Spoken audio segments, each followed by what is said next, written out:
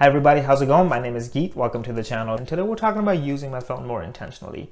So over the past few months, I've tried to use my phone a little more intentionally. It is a part of my digital minimalism journey. I thought it was going to be extremely easy, but one thing that has been dragging it down is notifications. I mean, think about it for a second. You're sitting over there trying to be as productive as you can be, or just watching Netflix. I mean, a notification pops up. Now your brain's kind of debating between picking up your phone, knowing what's happening. So the problem with notifications is that when you want to use your phone intentionally, it basically means you want to check your phone only when you want to.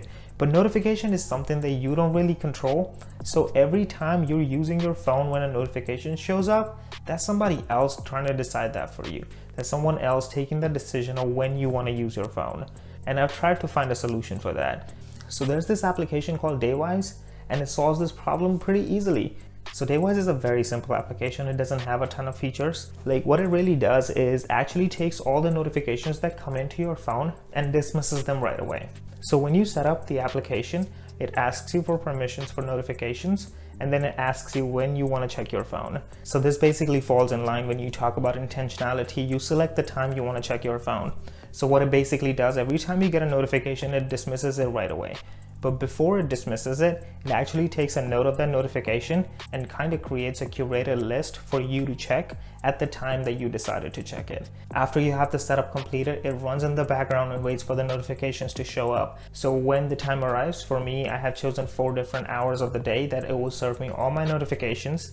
But you can also filter the application. I honestly recommend being very picky about what applications you let through that filter. One of the best features of this application is the fact that it can differentiate between group notifications and individual notifications. So basically all group messages that you get are automatically muted until the time you want to check your phone. And we all know there are no important messages coming on group messages. And your individual messages, you can make them appear as and when they come. You don't even have to actually block them. There's another feature called VIP. VIP is basically a person or a group of people that you can select whose notifications, no matter what app is it coming from, will always be served to you instantly. The people that you let in, you obviously know who are the most important people who could reach out to you in a case of emergency. And one last feature that I want to talk about is possibly was developed by somebody who was very similar to me, because when you open the application between the time window of your 2 batches, you can't really see the notifications that have arrived since your last batch.